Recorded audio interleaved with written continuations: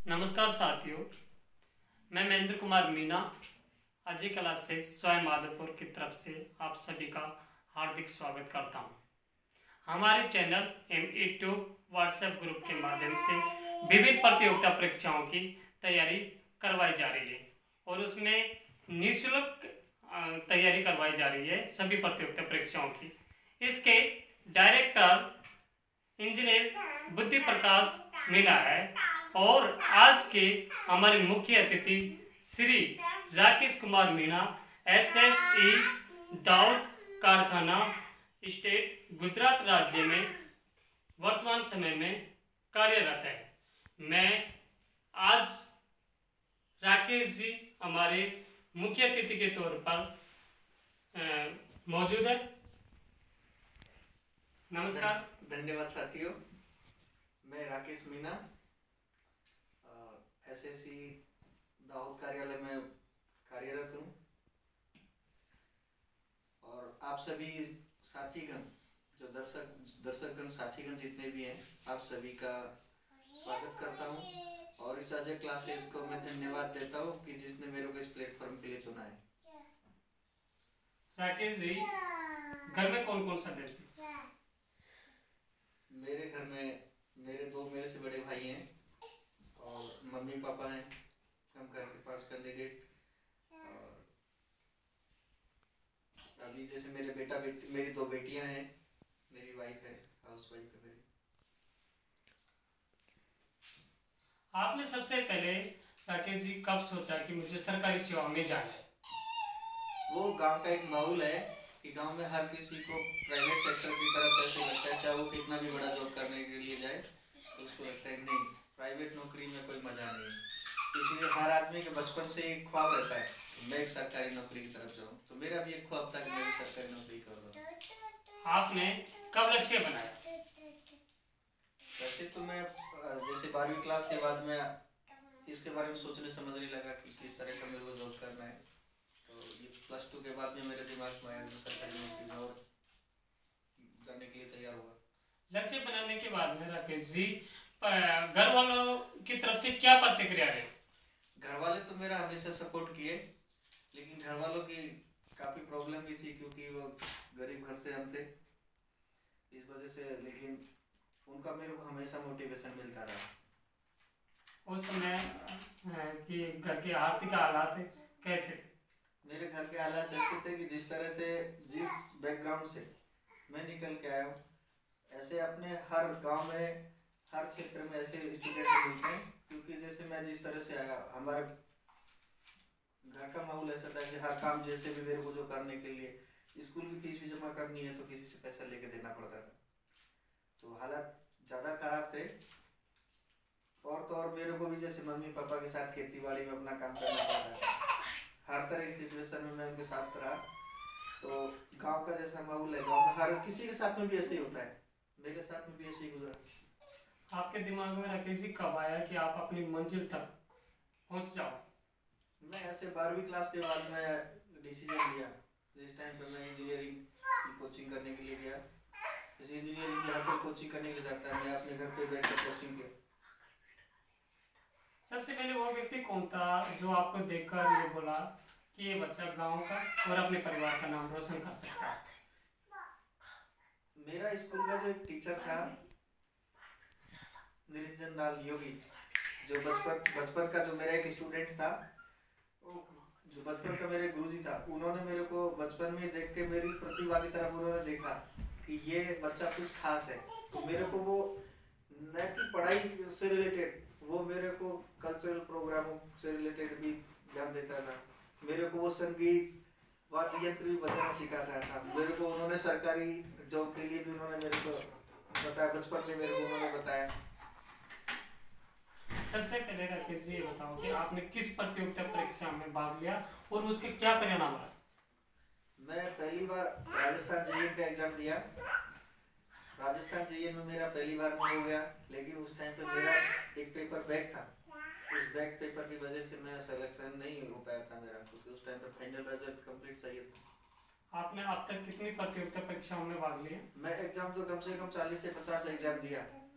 लेकिन मेरा हर बार एग्जाम देने का मकसद ये नहीं था कि मैं इस एग्जाम में सेलेक्ट हो जाऊँ। मेरा दिमाग में रहता था कि मैं जेईई एग्जाम लगूँ, जेईई में जाऊँ या फिर किसी अच्छी पीएसयू में जाऊँ। तो मैं हमेशा पेपर देखने के लिए, चाहे वो उसमें एक भी सीट है या कितनी भी सीट है, मैं हर एग्जाम को देता था। उससे मेरे को आइडिया मिलता था कि किस तरह का पेपर, कैसा उसमें अभी कंटिन्यू चल रहा है। वो पेपर का एक तरह से सिलेबस पता करने के लिए हर किसी को, और ये देना भी चाहिए, मैं नहीं, आप सबको भी ऐसा ही करना चाहिए। राकेश जी, जीवन में ऐसी कोई घटना जिसको आप स्वयं याद करके अपने आप की हंसी नहीं रोक पाते हो? ऐसी घटनाएं तो बचपन की छोटी छोटी बहुत सारी होती हैं। एक बार मेरे गुरुजी थे स्कूल के, उन्होंने, मैं और मेरा एक दोस्त अजीत कुमार मीणा है, वो मेरे ही गांव का रहने वाला है, हम दोनों स्कूल में झगड़ा कर रहे थे। तो हम दोनों की लोडी हो रखी थी, छोटी सी दोनों की लोडी करके रखी, तो हम जोर जोर से झगड़ा कर रहे थे। हमारे गुरुजी ने हमको देख के दूर से वो लंच में पकड़ के बुला लिया और नींद में लटका दिया दोनों को, दोनों हाथ पकड़ के दोनों को लटका दिया, एक दूसरे की टकली की तरफ देखते रहे। फिर दोनों, वो मेरी टकली की तरफ देखे, मैं उसकी टकली की तरफ देखूं, गर्मी का माहौल, पसीना एकदम ऊपर से नीचे आ रहा था। फिर कूद के भाग गए। हमारे टीचर भी देख कैसे लगे। आपने प्राथमिक शिक्षा अपने गांव से ग्रहण की या फिर कई बार से? प्राथमिक शिक्षा के बारे में बात नहीं, मैं वो तो पहले ही आपको बताया, जैसे मैं जिस घर से बिलोंग करता हूँ, बहुत गरीब घर था, तो मैं प्राइवेट स्कूल में पढ़ना तो मेरे लिए बहुत मुश्किल था। मैं हमेशा सरकारी स्कूल में पढ़ा, गांव में मेरी 5वीं तक की स्कूल थी। उसके आपने प्राथमिक स्कूल करने के बाद में 10वीं कक्षा गांव से की या? वो भी मैं सरकारी स्कूल से किया। मेरे बगल का एक गांव है, मेरे गांव में तो प्राइमरी स्कूल ही थी से 5वीं तक की। उसके बाद 10वीं तक की स्कूल साइड में एक दूसरा बालाहेड़ा गांव है, उसकी सरकारी स्कूल से मैं पढ़ाई किया 10वीं तक। 10वीं में आपका अंक उत्तीर्ण क्या रहा, आपकी प्रतिशत कितना रहा? और आपकी स्कूल के बारे में तो आपने बता दिया, लेकिन उसका और सबसे जो आपके टीचर और आपके सबसे प्रिय गुरुजन का बारे में आप कुछ बताना चाहोगे? मैं 2003 में 10वीं पास किया। 97 से 2003 तक मैं मतलब क्लास 6 से और क्लास 10 तक सरकारी स्कूल बालाहेड़ा के अंदर पढ़ाई किया। वहाँ मैं सारे गुरुजनों का हमेशा चाहता रहा, क्योंकि जो स्कूल में जो हिस्सा बंदा रहता है उसको हर एक टीचर सभी उसको प्यार से रखते हैं, उनको उम्मीद रहती है कि हमारे स्कूल का नाम रोशन करेगा। सही। तो इस वजह से वो मेरे को सभी आज भी अपने बच्चे की तरह से याद करते हैं। मेरे स्कूल के लगा एक चपड़ासी से लेके प्रिंसिपल तक आज भी मेरे सब कांटेक्ट में रहते हैं। उनमें सबसे अच्छा एक मेरा टीचर था विजेंद्र सिंह कोहली, वो साइंस का मेरा गुरुजी थे। वो आज भी मेरे को मोटिवेट करते हैं, हर छोटी छोटी बात में वो मेरे को शेयर करते रहते हैं, आज भी मुझे वो मोटिवेट करते रहते हैं। आपने 11वीं कक्षा में क्या सब्जेक्ट चुना और क्यों चुना? मेरा बचपन का ख्वाब था मैं इंजीनियर बनूं, क्योंकि गांव में जब भी कभी कोई जयन आता तो हल्ला ऐसे होता था जैसे कोई प्रधानमंत्री है। सही। इसीलिए एक बार तो मेरे साथ ऐसी भी घटना हुई कि मैं क्लास 3 में पढ़ता था। मेरे साथ वाले बच्चे मेरे से पूछते थे अभी क्या बनोगे आप, मैं बोलता था मैं जयन बनूंगा। मेरी स्कूल की टीचर से भी जाके, हाँ, गांव में जैन का रुतबा आज भी मानते हैं। बिल्कुल, अपने गांव में तो है आज भी जैन का रुतबा। तो इसी वजह से मैं 10वीं क्लास जब पास किया, 10वीं क्लास पास करने के बाद में government school Shri BN Joshi, स्वर्गीय BN जोशी स्कूल जो बांदीकुई में है, मॉडल स्कूल है, आज भी वो प्राइवेट स्कूलों से बेहतर स्कूल है, उसमें मैं पढ़ाई किया और वहाँ मैथ साइंस के साथ मेरा। तो राकेश जी, आप मैथ साइंस से 11वीं कक्षा में 12वीं में भी आपके पास वही सब्जेक्ट रहे, तो 12वीं कक्षा में आपके पास उत्तीर्ण अंक क्या रहे? और आपके उसमें भी 12वीं कक्षा में भी आपका सबसे जो प्रिय टीचर था उनके बारे में कुछ बताना चाहोगे? मैं 11वीं 12वीं जब पढ़ाई किया, मैं 2005 में जैसे 12वीं पास किया था वहाँ से 2005 में, लेकिन मेरी एक जो वहाँ पे सबसे अच्छे टीचर थे, एक शशि कंचन मैडम थी, वो हमको केमिस्ट्री पढ़ाती थी। वो केमिस्ट्री के बारे में मेरे को प्रैक्टिकली तो स्पेशली ऐसे समझा के बच्चे की तरह ऐसे समझाती थी। आज भी मेरे प्रैक्टिकल के बारे में अगर कोई पूछता है फिजिक्स और केमिस्ट्री में, तो मुझे हमेशा वो मैडम याद आती है। आपने 12वीं कक्षा के बाद में किस फील्ड को चुना कि मेरे को इस चीज में जाना? मैं इंजीनियरिंग करने के लिए तो बचपन से फिक्स था मेरा दिमाग में, मैं इंजीनियरिंग सर्विस की तरफ अपना रुख बनाऊं। इसी वजह से मैं उस टाइम पे इंजीनियरिंग की कोचिंग तो हर कोई करने के लिए जाता है आईआईटी के लिए। आईआईटी कोटा में काफ़ी रुतबा है, आज भी या पहले भी बहुत था। हर स्टूडेंट जिसके पास में पैसा था वो कोटा कोचिंग करने कोटा के ही लिए गया। सही है, सही। लेकिन मैं कोटा नहीं जा पाया, क्योंकि मैं तो आपको पहले बताया मेरे घर की कंडीशन बिल्कुल हालत ख़राब थे कि मैं कोचिंग का तो नाम ही नहीं ले सकता। मैं स्कूल में ही कोचिंग नहीं कर पाया तो मैं क्या कोचिंग करने के लिए जा सकता था। सही सही। तो बाहरी फील्ड की बात, तो राकेश जी आपने इंजीनियरिंग में वो किया, तो जैसे आपने बीटेक के लिए मतलब आपने फील्ड बता दिया इंजीनियरिंग का, तो आपने कॉलेज का 4 साल का क्या अंक उत्तीर्ण प्रतिशत रहा, और किस तरह आपका कॉलेज का वो रहा सिस्टम पर आपके उसमें प्रे जो आपके साथी था और आपके जो प्रे गुरुजन था उनका कैसा आपके साथ बातचीत का कैसा बर्ताव था, आपके सबसे प्रिय गुरुजन के बारे में कुछ बताना चाहोगे? मेरे वहाँ पे इंजीनियरिंग में एक सबसे अच्छे टीचर थे, नरेंद्र कुमार स्वर्णकार। उन्होंने मेरे को फर्स्ट ईयर से काफ़ी मोटिवेट किया। मेरे को first year, second year, third year वो हमें इलेक्ट्रिकल और इलेक्ट्रॉनिक्स दोनों की क्लास लेते थे। उन्होंने मेरे को बहुत मोटिवेट किया। आज भी मेरे उनसे संबंध है, वो मुझे अभी अपने बच्चे की तरह से मोटिवेट करते रहते हैं। मेरी नौकरी लगी उसकी, लेकिन उसके बाद भी आज भी मुझे वो कुछ न कुछ नया ज्ञान देते रहते हैं। रही कॉलेज लाइफ के बारे में, मैं एक हिंदी मीडियम का स्टूडेंट था। हिंदी मीडियम का स्टूडेंट और स्टार्टिंग में इंजीनियरिंग में जाए वो इंग्लिश मीडियम में जाके, चाहे मैं कितने होशियार था अपने आप में, लेकिन इंग्लिश जाके देखा तो हालत खराब थे शुरू के साथ। और हमारा उस टाइम पे सिस्टम सेमेस्टर का सिस्टम नहीं था। फर्स्ट ईयर में हमारे वो ईयर वाइज सिस्टम था, उसमें सेमेस्टर नहीं था। और आरटीयू कोटा पहली बार बना हुआ ही था, राजस्थान यूनिवर्सिटी से आरटीयू कोटा हुआ था। तो पेपर काफ़ी टफ भी था, और हिंदी मीडियम का स्टूडेंट को अचानक से इंग्लिश मीडियम में पहुंचना है, तो मेरे बैग लगी इंजीनियरिंग के फर्स्ट ईयर में। मेरे 2-3 पेपर बैग रह गए बाद में। लेकिन मेरे को जैसे पहले 6 महीने का जो सिस्टम था वो समझने में काफ़ी टाइम लगा, इस वजह से मेरी बैक लगी। फिर उसके बाद में मैं कंट्रोल किया। लास्ट में फिर मेरी इंजीनियरिंग अच्छे से लाइफ गुजरी, जिसमें अच्छी पढ़ाई करने के बाद मेरी 66% उसमें इंजीनियरिंग में रही। आपके जीवन में ऐसा कोई स्मरणीय पल जिसको आप कभी भूल नहीं सकते हो? जिस टाइम पे मैं इंजीनियरिंग करने के लिए अपना दिमाग लगाया, मैं इंजीनियरिंग करने के लिए जा रहा हूँ, घर वालों ने मेरे को प्राइवेट कॉलेज में एडमिशन करवा दिया। वैसे मैं AIEEE का एग्जाम दिया, मेरा AIEEE में हो गया था। और AIEEE में घर वालों ने क्यों नहीं भेजा, क्योंकि मेरे पास में उस टाइम पे 10,000 रुपये भी काउंसलिंग के में जाने के लिए नहीं थे। फिर मेरे को एक क्रिस्टियन मेमोरियल फागी कॉलेज थी, जिसके अंदर एडमिशन के लिए घर वालों ने बात की, 35,000 रुपये फीस थी उसकी। तो घर वालों का था कि कम से कम पैसे में, क्योंकि इंजीनियरिंग ही करना है, वो चाहे सरकारी से करो चाहे प्राइवेट से करो, उनके दिमाग में ये था। उनको ये नहीं था कि गवर्नमेंट कॉलेज से पढ़ने का कुछ अलग सिस्टम है, वहाँ पढ़ के अगर कोई बंदा जाएगा तो उसका आगे का फ्यूचर अच्छा होगा। उनको ये था कि इंजीनियरिंग करवाना है, तो सस्ती फीस थी, वहाँ मेरा एडमिशन करवा दिया। राकेश जी, आपका ऐसा कोई प्रेजन जैसे पूरे पढ़ाई के टाइम में ऐसा प्रिय गुरुजन जिसके बारे में आप कुछ कहना चाहते हो, सबसे आपका नज़दीकी जो हमेशा आपका साथ देने में हो रहा? नहीं, ऐसे मेरा एक स्कूल का टीचर था, वो मेरे को अभी दिल्ली पुलिस में, वो हमेशा आज भी कुछ न कुछ नए ज्ञान देते रहते। वो मेरे गांव के टीचर थे, विजय सिंह मीणा।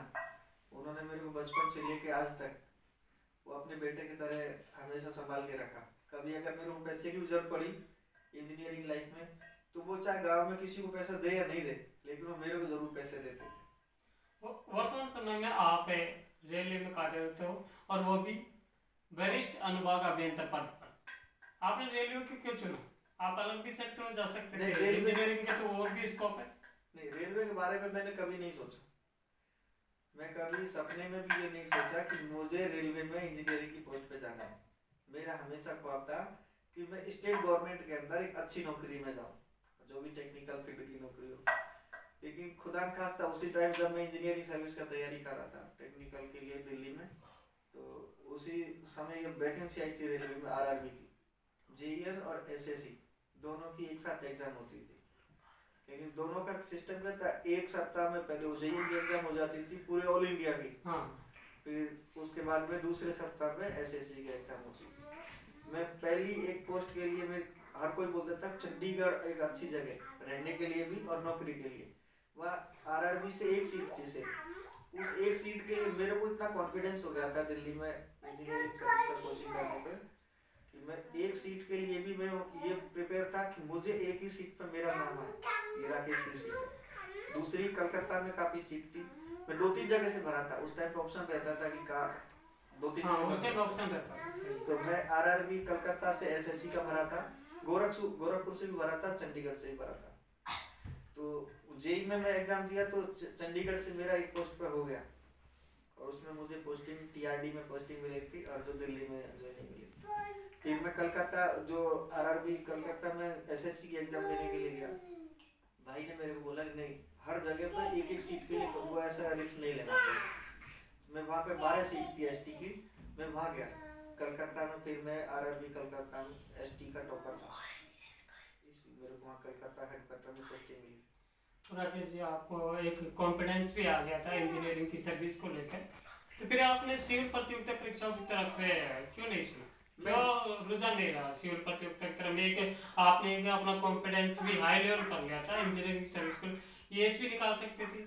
मैं इंजीनियरिंग में ईएससी निकालने के लिए मैं उसमें शुरू में स्टार्टिंग में अच्छे से मेहनत किया, लेकिन कुछ तो माहौल ऐसा रहा, कुछ घर की ऐसी कंडीशन थी कि जिस टाइम मेरा एसएससी में हो गया था, यहाँ पे और भी एग्जाम में हुआ था, मैं राजस्थान जेईएन का भी दिया, राजस्थान जेईएन में फिर दोबारा दिया, उसमें मैं टॉपर रहा था उस जगह का। और जयपुर डिस्कॉम में मेरे को अपने घर के पास में पोस्टिंग मिली 15-20 किलोमीटर दूर। एयर इंडिया में मेरा हुआ था, इधर दिल्ली मेट्रो के अंदर मेरा हुआ, और एयर इंडिया में तो मेरे को इंटरव्यू में निकाल दिया था। उस टाइम पे मेरी ऐसी तैयारी थी कि मैं इंजीनियरिंग सर्विस भी शायद निकाल सकता था, लेकिन घर के माहौल ऐसा था कि जिस तरह मेरी जैसे जॉब मिली घर वालों ने तो पूरे हाथ खड़े कर दिए, कर्जा बहुत हो चुका है और आप अब छोड़ के आए, वापस दिल्ली से आ जाओ। तो मैं ज्वाइन करने के लिए मेरे पास में एक मजबूरी हो गई, तो मैं एसएससी की मैं कलकत्ता जाके ज्वाइन कर लिया था। आपके समय अब तक आप सरकारी सेवा में कार्यरत हो, इस पूरे अब तक के उसमें आपके ऐसे कौन से मित्र रिश्तेदार हो जिन्होंने आपका हरदम आपका मनोबल ऊंचा रखा, आपका मनोबल बढ़ाया, उनके बारे में कुछ बताना चाहोगे? हाँ, ऐसे एक मेरा दोस्त है, बचपन का दोस्त अजीत लोड़ा बोलता हूँ मैं उसको, वो अभी आरपीएफ में, हमेशा वो अपनी बातों को शेयर करता है मेरे साथ, मैं उनको उसके साथ में हर छोटी छोटी बात को शेयर करता हूँ। और फिर कॉलेज टाइम पे मेरा एक दोस्त, अच्छा एक दोस्त मिला था, जैसे मैं कोचिंग करने के लिए गया दिल्ली में, कोचिंग में साथ में रहते थे, कलारा में, वो अभी सीआरडी अहमदाबाद में पोस्टिंग है उनकी। हम आज भी कभी साथ में रहते हैं तो हम ये भूल जाते हैं कि हम सर्विस करने वाले भी हैं, वो इतनी बड़ी पोस्ट पे, मैं उनसे बहुत जूनियर हूँ। आज भी हम एक बहुत अच्छे दोस्त की तरह रहते हैं, वो मेरे को छोटी छोटी चीज़ के लिए उस टाइम में उनसे पूछता रहता हूँ, वो मेरा बहुत लंबे टाइम से दोस्त है। राकेश जी, आप राजस्थान के निवासी हो और राजधानी से आप ज़्यादा दूर भी नहीं हो, शायद मेरे हिसाब से 80 किलोमीटर दूरी पे होगा महुआ। तो आपने राजस्थान में सिविल सेवा या अन्य प्रतियोगिता में जाना क्यों नहीं उचित समझा, या फिर और कोई कारण जो आप बताना चाहोगे? नहीं, मैं पहले मेरा भी ये था कि जैसे मैं टेक्निकल का स्टूडेंट हूँ, तो मेरा ये पहले फर्ज बनता है कि जिस चीज़ के लिए मैं पढ़ाई किया हूँ उस फील्ड के लिए मैं सर्विस दूँ। हाँ, अगर मैं सिविल सर्विस की करना चाहता था, लेकिन सिविल सर्विस से पहले मेरे पास में अभी जैसे मैं टेक्निकल में मेरे को इजी था नौकरी लगना, जितना टफ आरपीएससी निकालना है या यूपीएससी में सिविल सर्विस निकालना है, सीजीएल निकालना है, उससे बहुत इजी रहता है टेक्निकल में। अगर आप तैयारी करते हो तो जल्दी जॉब मिलने के लिए और अच्छी उसकी रेपुटेशन रहती है। जैसे एक जेईएन बनता है, जेईएन की रेपुटेशन काफी अच्छी है। हाँ, आज भी है गांव में। अभी जैसे एक जेईएन राजस्थान में 3600 ग्रेड पे का रहता है। हाँ। लेकिन 3600 ग्रेड पे का एक जेईएन का कैसा रुतबा रहता है जैसे कोई तहसीलदार है, क्योंकि वो फील्ड में एक ही आदमी है उस पूरे एरिया के अंदर। और एक उसी ग्रेड में कितने सारे उस एरिया में रहते हैं, कितने सारे टीचर हैं, कोई बाबू है। इस वजह से मैं वो नोटेड की तैयारी कभी किया ही नहीं। आपके जीवन में कोई आदर्श व्यक्ति आपके लिए, और वो क्यों है मोस्ट आपके लिए? मेरा आदर्श व्यक्ति मेरा एक भाई, जो सबसे मेरा बड़ा भाई है, जिसने मेरे लिए सब कुछ किया। उन्होंने अपने प्राइवेट स्कूल में पढ़ा के भी मेरे को तैयारी करवाया, कॉलेज लाइफ में भी, स्कूल लाइफ में उन्होंने मेरे को, वो एक मेरे लिए गुरुजी भी वही हैं, और इधर वो मेरे को एक दोस्त की तरह से बिहेव करते हैं। मैं भी उनके साथ ऐसे रहता हूँ, तो मेरे भाई के साथ मेरा जैसा रिलेशन है। उन्होंने मेरे को जैसे मोटिवेट किया, उनको देख के मैं हमेशा इमोशनल हो जाता हूँ। कभी भी मैं अकेले में जब अगर सोचता हूँ तो भाई के बारे में मेरे को ऐसे ख्याल आता है कि आज मेरा भाई नहीं, वो मेरा एक दोस्त भी है। तो राकेश भाई के बारे में नाम, उनका परिचय। मेरा भाई केदार प्रसाद मीणा, वो अभी ये PWD में, दिल्ली में, जयपुर के अंदर कॉन्ट्रैक्टर का काम करता है। तो उनका आर्थिक स्थिति में आपका सब तरह से उनका सपोर्ट रहा, आपकी पढ़ाई में मेहनत, और आज उसका परिणाम भी हम सबके सामने है और परिवार के सामने, गांव वाले भी उस चीज को देख रहे। तो राकेश जी, आप अपने गांव के बारे में कुछ बताना चाहोगे? मेरा गांव एक छोटा सा गांव है, महुआ तहसील। पहले बसवा तहसील पड़ता था, लेकिन अभी पॉलिसी में वो चेंज हो गया, अभी मैं महुआ तहसील में पढ़ता हूँ। उसमें मेरा गांव का नाम चूताहेड़ा खुर्द है, जो ज़्यादा बड़ा नहीं है, 150 घर का एक छोटा सा गांव है।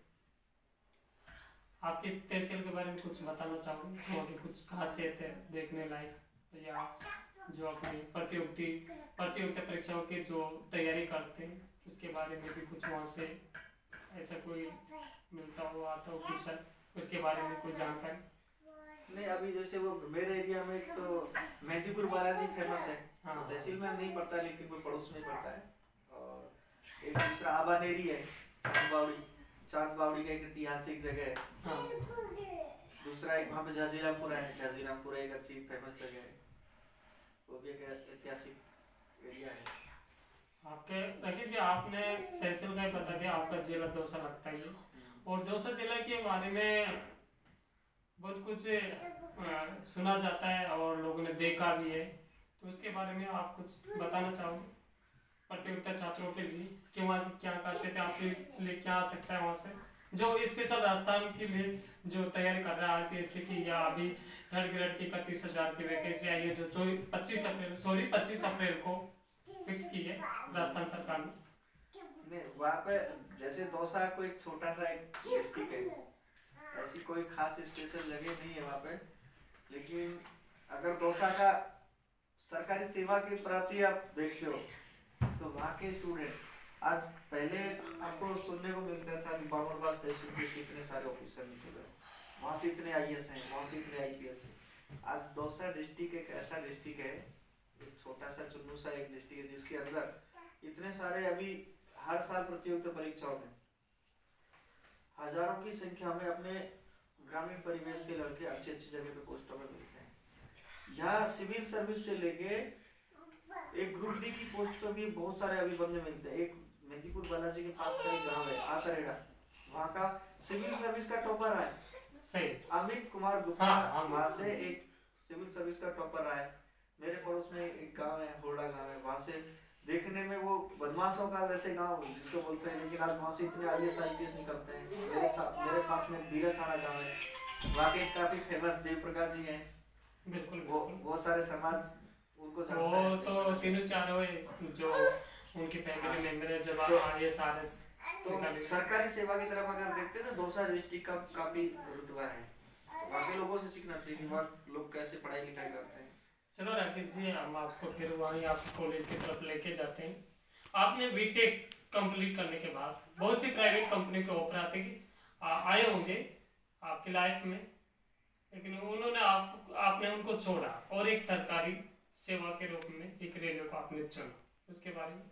नहीं, कॉलेज के टाइम पे मेरे को ये पता चल गया था कि सरकारी का सिस्टम क्या है और गवर्नमेंट का सिस्टम क्या है, और अपनी पब्लिक में एक आम पब्लिक जैसे अपन गांव से बिलोंग करते हैं, उस बात को ध्यान में रखते हुए अगर जैसे मैं देखता हूँ तो मेरे को ये इंजीनियरिंग में एहसास हो गया कि अगर मुझे रेपुटेशन चाहिए तो सरकारी नौकरी जरूरी है।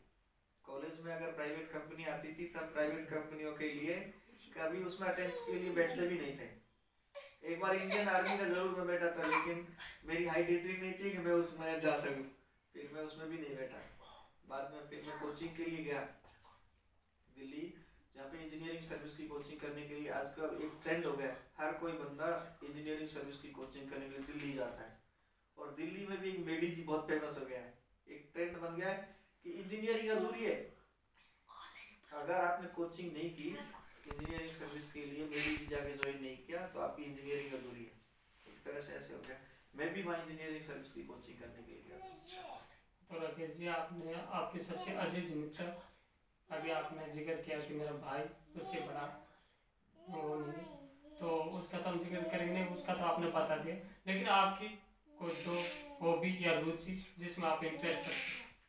मैं जब फ्री टाइम रहता है या फिर बहुत मैं डिप्रेशन में रहता हूँ, जिस कंडीशन से मैं उभरने के लिए मेरे को अगर जैसे महीने लग जाए, उस कंडीशन में मैं क्या करता हूँ, रात में बैठा रहता हूँ और अपने आप एक अच्छी अच्छी पोइम लिखता हूँ या शायरियाँ लिखता हूँ अपने दोस्तों के बारे में, अपनी लाइफ के बारे में। और मुझे अपने आप को खुद को मोटिवेट करने के लिए मैं अपने आप को एक ये क्या ना पोइम लिखता हूँ, और मैं उस पर फिर गौर से देखता हूँ कि यार मैं क्या हूँ और क्या कर सकता हूँ।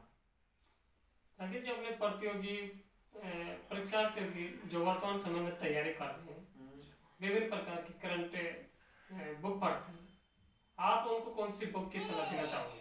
अगर किसी को जीके पढ़ना है, जिसमें करंट जीके आजकल हर एग्जाम में ज्यादा पूछता है, जब से मैं एग्जाम दिया, एग्जाम देने में मेरी जॉब भी लगी, लेकिन उसके बाद भी मैं पेपर को देखता रहता हूँ अक्सर, अभी भी मैं देखता हूँ। उसमें मैं हमेशा देखा कि अभी पुरानी जो जीके रहती है, जैसे हिस्ट्री हो गई, उसकी तरफ इतना एग्जामों के अंदर नहीं आता है। अभी एग्जाम में करंट जीके ज्यादा पूछता है। करंट में जैसे अभी क्या चल रहा है, नेशनल, इंटरनेशनल और स्टेट लेवल पे क्या चल रहा है, वो मुद्दे कैसे देखता हूँ। मैं कभी लाइफ में कभी अपनी जीके की बुक नहीं खरीदा थे ल्यूसियन, जिसको भी मैं आज तक पूरा कंप्लीट नहीं पढ़ा। हाँ, मेरा पढ़ने का अगर जीके का है, जीके में मैं कभी फेल भी नहीं रहा। मेरा अभी जब भी कभी मैं प्रतियोगिता परीक्षा में एग्जाम दिया, मेरी जीके में हमेशा अच्छे नंबर आते थे, जब भी मैं कभी जीके की बुक नहीं पढ़ा। उसका एक रीजन क्या था, मैं हमेशा एक इंग्लिश का पेपर, द हिंदू या टाइम्स ऑफ इंडिया, दोनों में से एक पेपर, और दैनिक भास्कर है, दैनिक जागरण है, ये 2-3 पेपर मैं हमेशा पढ़ता था। दिन में मेरे को जैसे एक किताब का पढ़ने का रूटीन है, ऐसे मेरा ये न्यूज़पेपर पढ़ने का रूटीन था। और एक डायरी मेरे साथ में हमेशा रखता, उससे जो अच्छी मेरे को न्यूज लगती, ऐसा नहीं कि न्यूज़पेपर सारा ही पढ़ना जरूरी है, नहीं, पढ़ने का एक तरीका है, उसके अंदर आपको नेशनल और इंटरनेशनल न्यूज जो स्टूडेंट के लिए अभी वर्तमान में बहुत जरूरी है, उनको नोट करके रखना। मेरे को उससे बाहर कभी जीके में जाना नहीं पड़ा। करंट जीके के लिए मैं कभी कुछ नहीं पढ़ा, सिर्फ मेरा न्यूज़पेपर। राकेश जी, आपने बहुत कुछ बता दिया, हम आपको फिर सरकारी सेवा की तरफ लेके चलते हैं।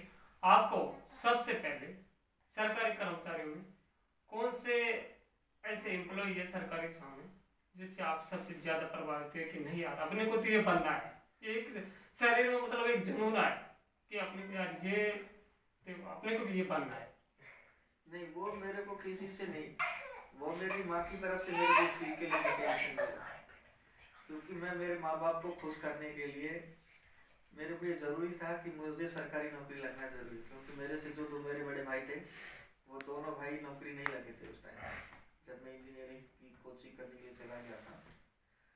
तो मेरी माँ को किसी ने, अंधविश्वासी ने ऐसे बेवकूफ़ बना दिया कि जिस तरह से मेरी माँ को उन्होंने बेवकूफ़ में भी कैसे बनाया, उनसे आके बोल दिया, हाथ रेखा देखा है और बोला तुम्हारे ऊपर तो ऐसा सिस्टम है कि तुम्हारे तो एक बेटा तो चूड़ी बेचेगा, एक नौकरी नहीं लगेगा, और एक ज़्यादा से ज़्यादा राकेश बन सकता है, तो गैंगमैन बन सकता है, वरना कुछ नहीं बनेगा। काफ़ी दिन तक माँ बोली नहीं, टेंशन में मैं पूछा, क्योंकि मैं मेरी माँ से सारी बातें शेयर करता हूँ, मैं अपने सारे घर वालों से शेयर करता हूँ, ऐसा नहीं मैं मेरी माँ से नहीं, भाइयों से, भाभी, मेरे पिताजी से, कोई भी बात हो, ऐसी कोई मेरी लाइफ में ऐसी बात नहीं है जिसको मैं छुपा के रखता हूँ। तो मेरी माँ से मैं पूछा, उन्होंने काफ़ी टेंशन में मेरे को बताया कि आप दोनों तीनों भाइयों में से किसी की नौकरी नहीं लगेगी। तब तक मेरी तैयारी अच्छी हो चुकी थी, दिल्ली में मैं कोचिंग कर रहा था। माँ को मैं उसी दिन कमिट कर दिया कि मुझे नौकरी अगर नहीं मिली तो समझ लेना इस दुनिया में किसी को नौकरी नहीं मिलेगी। मैं पढ़ने में फिर और जोर से अपना जोर लगाया। फिर मेरी काफ़ी सारी एग्जामों में क्वालिफिकेशन अकॉर्डिंग मेरे को अच्छी जगह जॉब मिली। मैं जेईएन में भी निकल गया, दिल्ली मेट्रो में मेरा हुआ था। फिर एसएससी जो जेईएन की एग्जाम रहती है उसमें मैं प्री क्वालिफाई हुआ। मेन में फाइनल नहीं हुआ, मतलब फाइनल तक नहीं पहुंचा हुआ था, उसमें मैं प्री क्वालिफाई हुआ। एयर इंडिया में मेरा हुआ, उसमें इंटरव्यू में निकाल दिया था मेरे को। चंडीगढ़ से मेरा आरआरबी जेईएन में हुआ था, कलकत्ता से मेरा यहाँ पे एसएससी में हुआ है। इसके बाद में मैं सिर्फ अब ये मैं एक ऐसी स्टेज पे आ गया कि जिस स्टेप से मैं अगर मैं नीचे जाता हूँ, स्टेट गवर्नमेंट की अगर रुख करता हूँ, तो वहाँ मेरे को इससे कम रेट पे में जाना पड़ेगा, सही है, कम पैसा मिलेगा। सही है, सही। अगर इससे मैं ऊपर जाऊँ तो मुझे सिविल सर्विस है, बिल्कुल। इंजीनियरिंग सर्विस है, या आरपीएस एसआरएस का हो गया अच्छी पोस्ट के लिए, उसके पढ़ने के लिए यहाँ रेल में इतना टाइम नहीं मिलता है। लेकिन मैं ये कहता हूँ हर स्टूडेंट के लिए, जो आप जितने भी देखने वाले स्टूडेंट हैं उन सब के लिए, कि जब आदमी का जब नौकरी लगती है उस स्टेप पे वो ऐसी कंडीशन पहुंच जाता है कि अगर वो थोड़ी सी और मेहनत करे तो वो और भी बढ़िया जगह पे पहुंच सकता है। लेकिन एक तो थोड़ी उसको जिस जॉब लगता है तो उसको वो खुशी ज्यादा रहती है, बिल्कुल बिल्कुल बिल्कुल। वो घर वालों में बिजी होने लगता है, बिल्कुल। तो उस टाइम पे अपनी पढ़ाई लिखाई को भूल जाता है। वो उसका सबसे बड़ा मिस पॉइंट है। ये मेरा भी टूट जाता है पढ़ाई का। ये मेरा भी एक सबसे बड़ा मिस पॉइंट है कि मैं भी उसके बाद में फिर इतना ज्यादा सीरियस नहीं रहा जितना सीरियस मैं इंजीनियरिंग सर्विस के लिए बेरोजगार था उस टाइम पे था। नौकरी लगने के बाद फिर मैं भी इतना एक्टिव नहीं रहा। लेकिन ये हर स्टूडेंट को ऐसे करना चाहिए, जो भी नौकरी लग गया, और अगर वो जैसे चाहे ग्रुप डी का भी बंदा है, ऐसा नहीं है कि कोई होशियार अच्छा स्टूडेंट है और उसको ग्रुप डी की नौकरी मिली है, नहीं, वो ग्रुप डी में रह के अगर उस टाइम पे अच्छी तैयारी और थोड़ा सा मेहनत करे तो उससे ऊपर निकल सकता है। बिल्कुल। तो राकेश जी, आप एक बीटेक के स्टूडेंट हो, आपका किसी ऐसे परिचित से या ऐसे व्यक्ति से सामना हुआ उन्होंने बोला हो कि राकेश जी सरकारी जॉब में क्या रखा, आप तो एक बीटेक के स्टूडेंट हो? नहीं, एक हमारे गांव का एक अंकल है, वो एनएसएसओ में ऑफिसर थे, क्लास 1 ऑफिसर है। वो एक तरह से गांव में देख के एक दूसरे को चिढ़ाने वाली हरकतें करता था। मेरे से वो जब मैं इंजीनियरिंग सर्विस की कोचिंग करने के लिए गया, बोलता है कि अरे बेटा वहाँ रखा क्या है, तू तो वैसे ही कर्जा ले लेके पढ़ाई किया है। आजकल इंजीनियरिंग सर्विस वालों को, इंजीनियरिंग की जो पढ़ाई करते हैं उनको 5-5 हजार 10-10 हजार रुपये में नौकरी मिलती है। आप क्यों कर रहे हो उसकी तैयारी? वहाँ जाने से बढ़िया वहाँ पे इतना पैसा लगाओगे और नौकरी भी इतनी सारी नहीं है, वहाँ पे जाओगे क्या पता नौकरी नहीं मिले और घर वालों का कर्जा कर दोगे। तो मैं बोला मेरे अंकल, कर्जा मैं कर रहा हूँ, जमीन भी मतलब वो पथ भ्रमित करने का काम। हाँ, एक तरह से पथ भ्रमित करने का काम था। सही है, सही। लेकिन मैं अपने जो कोचिंग करने के बाद मैं तैयारी करने लगा तो मैं फिर तैयारी में पीछे हटा नहीं। जीवन में आपको ऐसा भी कोई समय आया जो हताशा हुई या निराश होना पड़ा? हाँ, एक बार ऐसा मेरे साथ, मेरी लाइफ में ऐसी घटना हुई जब मेरी कोचिंग की फीस, कॉलेज की फीस जमा करवाने के लिए मेरे घर वालों ने पैसे इकट्ठे करके रखे हुए थे। मेरी फीस 35,000 रुपये फीस जमा होती थी। घर वालों ने कहीं कहीं से किसी से 10,000 किसी से 20,000 ऐसे करके मेरी फीस इकट्ठी करके रखी हुई थी।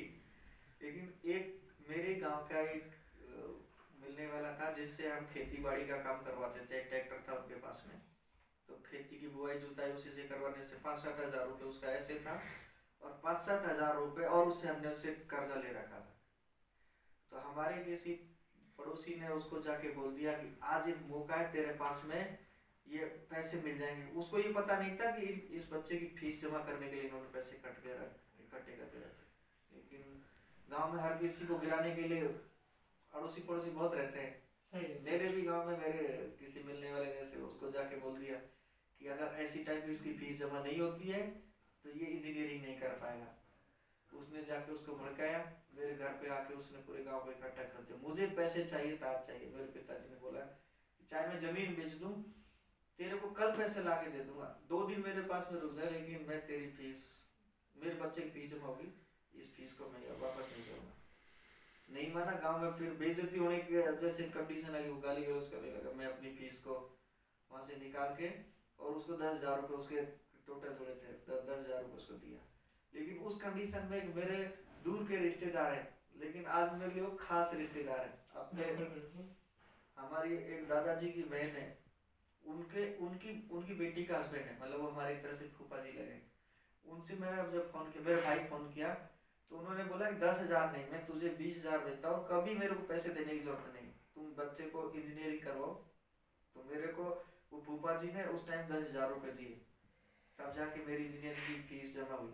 तो वो मेरे लिए एक लाइफ का टर्निंग पॉइंट था। तब मैं और थोड़ा सा ऐसे हुआ कि नहीं, अब तो मुझे नौकरी लगना ही है, मेरे पास में इस दलदल से निकलने का कोई ऑप्शन नहीं है।